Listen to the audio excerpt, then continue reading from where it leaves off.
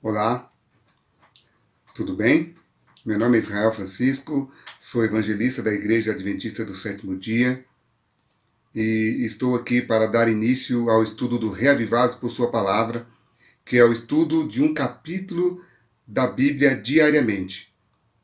E esse estudo é um programa da Igreja Adventista do Sétimo Dia e o capítulo que iremos estudar hoje é o Salmo 49. Então eu convido você a abrir a sua Bíblia no Salmo 49 e acompanhar comigo a leitura da palavra de Deus neste dia. O capítulo 49 começa assim, o título está bem aqui em cima, está escrito assim, a versão da Bíblia que eu irei ler é a Nova Almeida Atualizada. Se você tem a Nova Almeida Atualizada, você vai ver que a versão é idêntica.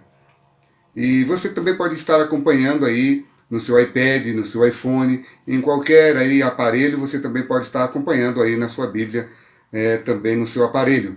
A leitura começa assim, a vaidade das riquezas, Salmo 49. Povos todos, escutem isto, deem ouvidos todos os moradores da terra, tanto os humildes como os poderosos, todos juntamente, os ricos e os pobres. Os meus lábios falarão sabedoria, e o meu coração terá pensamentos profundos.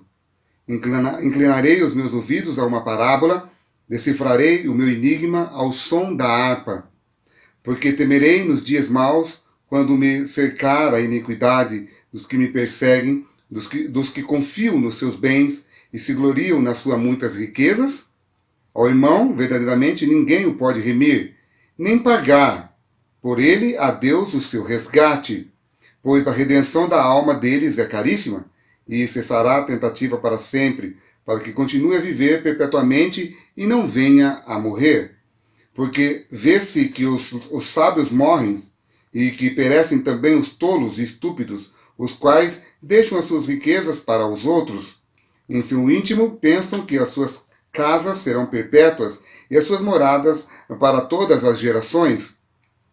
Chegam a dar o seu próprio nome às suas terras. Todavia, o ser humano não permanece em sua ostentação. Pelo contrário, é como os animais que perecem. Tal proceder é tolice deles, mas os seus seguidores aplaudem o que eles dizem. Como ovelhas são postos na sepultura, a morte e o seu pastor. Eles descem diretamente para a cova, onde a sua formosura se consome.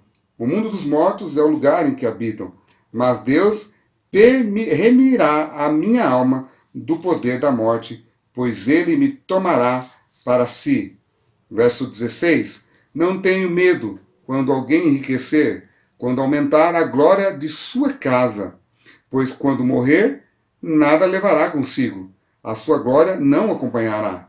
Ainda que duramente a vida ele tenha se lisonjeado, e ainda que o louve quando faz o bem a si mesmo, irá juntar-se à geração de seus pais, os quais já não verão a luz.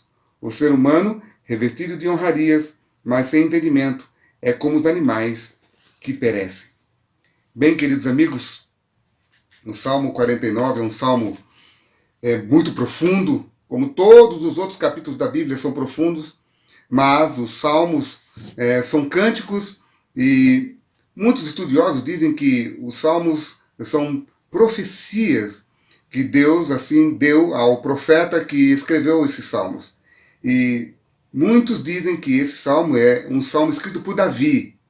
Não sabem muito bem o contexto em que esse salmo foi escrito, mas dá para nós tirarmos aqui muitas lições muito importantes.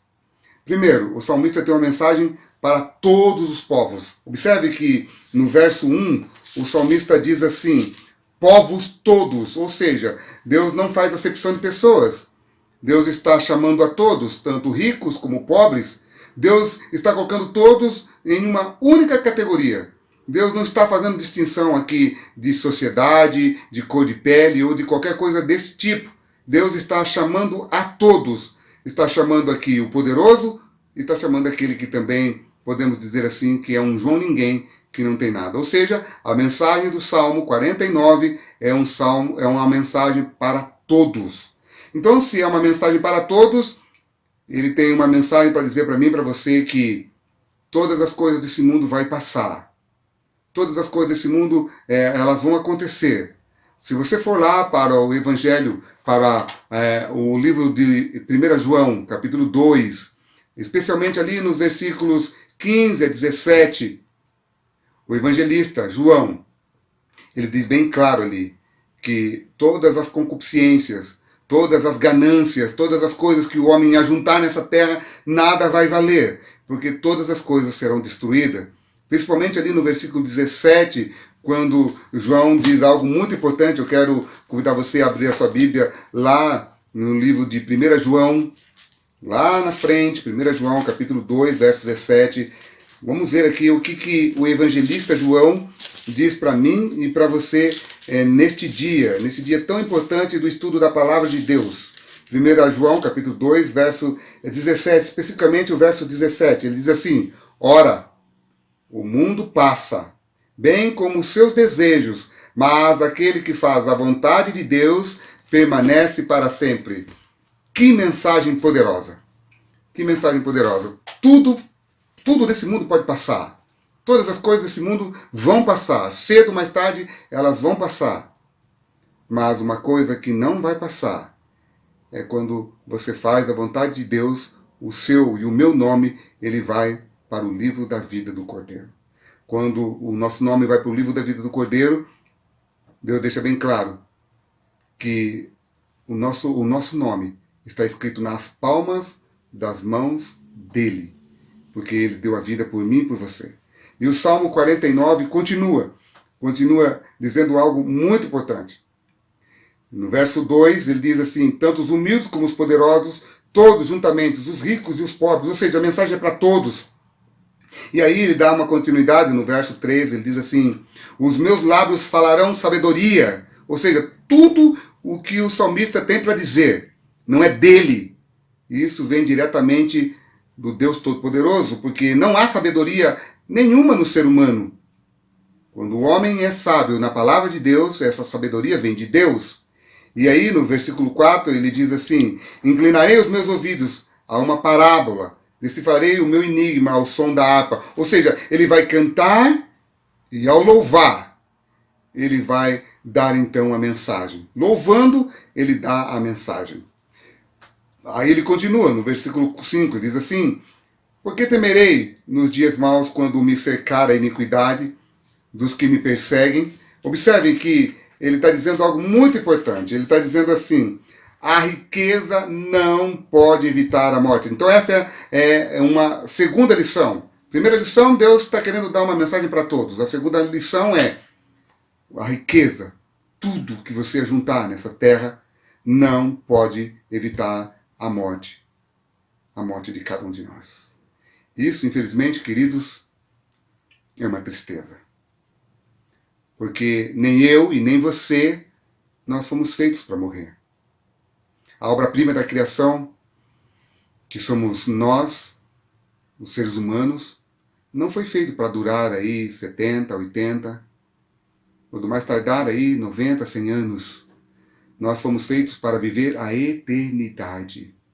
E quando essa eternidade ela é posta na nossa frente pela graça, pela misericórdia de Deus, nós precisamos entender que, ao Deus fazer um apelo para mim e para você, dizendo assim: filho, a maior riqueza que você deve ajuntar não é aqui nessa terra. Não que a gente não tenha que ter bens, não que a gente não tenha que ter coisas suficientes para sobreviver, mas observe, queridos, nós somos muito, mas muito vulneráveis. A qualquer momento, algo de ruim pode nos acontecer e, infelizmente, a nossa vida ser ceifada. Então, antes eu deveria dizer: Senhor, se é a tua vontade, então assim cumprirei. Então, queridos, a mensagem é: a riqueza não pode evitar a morte. A riqueza não pode evitar a morte, ou seja, nós não compramos a vida. Um dia, mais cedo ou mais tarde, se Jesus Cristo demorar mais 50 anos, eu acredito que isso não vai acontecer, que ele está voltando, os sinais estão claros que Jesus está voltando, mas se Jesus demorar mais 50 anos para voltar, Pessoas como eu, que têm uma idade já acima de 40 anos, possivelmente não estaremos vivos quando Jesus voltar. Mas, se isso acontecer, a minha verdadeira riqueza tem que estar guardada no céu, onde virá o meu Redentor, Jesus Cristo, para me salvar. A terceira lição que eu quero colocar para vocês é: a riqueza não determina nosso destino. Primeiro, ela não pode evitar a morte. Primeiro, aliás, Deus está convocando todos, a mensagem é para todos. Todos têm que ouvir essa mensagem, rico ou pobre, não importa a classe social. Segundo, a riqueza não pode evitar a morte. E terceiro, a riqueza não determina nosso destino. Nós podemos ver claramente, a partir dos versos 13 até os versos 15, diz assim: tal proceder é tolice deles, mas, olha que interessante, mas os seus seguidores aplaudem os que eles dizem. Como ovelhas, são postos na sepultura, a morte é o seu pastor, e eles descem diretamente para a cova, onde a sua formosura se consome. O mundo dos mortos é o lugar, presta bem atenção, é o lugar em que habitam. Verso 15, mas Deus remirá a minha alma do poder da morte, pois ele me tomará para si. Queridos, a riqueza não determina nosso destino. A riqueza não determina nosso destino. Sabe, queridos, os discípulos de Jesus ficaram muito assustados quando viram Jesus subindo para os céus. Eles queriam algo ali para aquele momento. Eles queriam que Deus estabelecesse, que Jesus estabelecesse novamente ali a nação judaica. Mas, infelizmente, eles observaram que Jesus já estava subindo para o céu. Atos capítulo 1, verso 6, a pergunta que os discípulos fazem para Jesus é: será agora que o Senhor vai restabelecer o reino a Israel?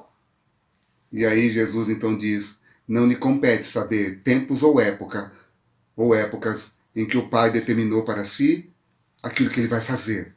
Mas, no versículo 8 ele diz: então recebereis poder ao descer sobre vós o Espírito Santo, para serem minhas testemunhas, tanto aqui em Jerusalém, Samaria, Judéia e até os confins da terra. Ou seja, o poder que é dado a vocês é para que vocês sejam minhas testemunhas. Então, a riqueza não determina nosso destino. O que pode determinar o meu destino e o seu destino? É aceitar Jesus hoje como nosso Salvador pessoal. É aceitar que Ele morreu, mas hoje Ele vive e um dia Ele voltará para nos buscar. Então, se a riqueza não determina o nosso destino, eu quero deixar bem claro para você que está me ouvindo neste dia, que o único que pode determinar o meu amanhã é aquele que deu a vida por mim e por você. A quarta lição, eu quero então deixar bem explícita aqui, é que a riqueza não deve alimentar nossos desejos. Quero deixar bem claro para vocês essa quarta e última colocação, última lição. A riqueza não deve alimentar nossos desejos. Eu quero ler aqui os versículos 16 até os versos 20, que é a última parte desse salmo. Diz assim: não tenha medo quando alguém enriquecer, quando aumentar a glória de sua casa. Pois quando morrer, nada levará consigo. A sua glória não o acompanhará. Ainda que durante a vida ele tenha se lisonjeado, e ainda que o louve quando faz o bem a si mesmo, irá juntar-se à geração de seus pais, os quais já não verão a luz. O ser humano, revestido de honrarias, mas sem entendimento, é como animal que perecem. Amigos queridos, eu respiro bem fundo porque o que o salmista está colocando para mim e para você aqui é uma coisa muito, muito importante. O que realmente impulsiona você a viver nessa terra? O que realmente, o que vale a pena nessa terra, sabendo que tudo isso um dia vai passar? Hoje nós estamos passando por turbulências, tribulações, estamos confinados a ficar dentro da nossa casa. Mas eu quero dizer para você, o que realmente determina o seu desejo, o que impulsiona você. Aqui o salmista deixa bem claro, que se eu não tenho motivação correta, se eu realmente não tenho a vontade, o desejo de fazer aquilo que é certo diante dos olhos de Deus, sabe, queridos, eu sou como um animal. Eu vou ser como um animal, a Bíblia deixa bem claro, como um animal que logo vai perecer sem honra nenhuma. Amados, até os animais, quando a gente ama demais um animal, quando a gente tem apego a eles, e eles vêm então a falecer porque a duração de vida deles é curta, e a gente tem então que desfazer desse animal. Amigos, dói demais. E a Bíblia está dizendo que nós poderemos não ser lembrados nem como um animal de estimação, e sim pior do que ele, se eu hoje vivo não tiver a motivação correta. Meus amados queridos que estão me assistindo nesse dia, a declaração é muito séria. É Deus dizendo para mim e para você que hoje o meu presente determina o meu futuro amanhã. Então a mensagem que eu quero deixar para você nesse dia é: querido amigo, qual é a sua verdadeira motivação para hoje? O que realmente tem impulsionado o seu coração?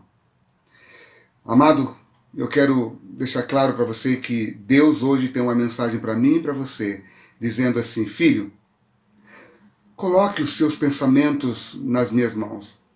Entrega o teu caminho ao Senhor, confia nele e o mais ele fará. Entregar o caminho ao Senhor é entregar todos os nossos sonhos, os nossos desejos, tudo aquilo que realmente a gente sonha para nós, porque a gente tem sonhos para mim, eu tenho sonhos para mim, para minha esposa, para os meus filhos, mas se eu hoje não colocar tudo isso nas mãos de Deus e ter a motivação correta, nada vai valer a pena. Somos frágeis demais, somos pessoas limitadas demais, mas o Deus do impossível pode fazer todo o possível por mim e por você. Esta é a minha mensagem para você neste dia. E para que você possa continuar recebendo essas mensagens diariamente, eu convido você a acessar aqui o link que vai aparecer aqui na tela, para que você possa acompanhar todas as mensagens que estará sendo postada aqui do Reavivados por Sua Palavra, entendendo que esse é um projeto da Igreja Adventista do Sétimo Dia. O link também vai aparecer aqui da Igreja Adventista do Sétimo Dia. Se você quer acompanhar os outros capítulos anteriores a este, você pode acessar aqui o link da Igreja Adventista do Sétimo Dia e acompanhar os capítulos anteriores. Mas, comigo agora, se você quer me acompanhar, acesse esse link aqui para que você possa ter uma mensagem diária do estudo da Palavra de Deus. E que Deus nos abençoe.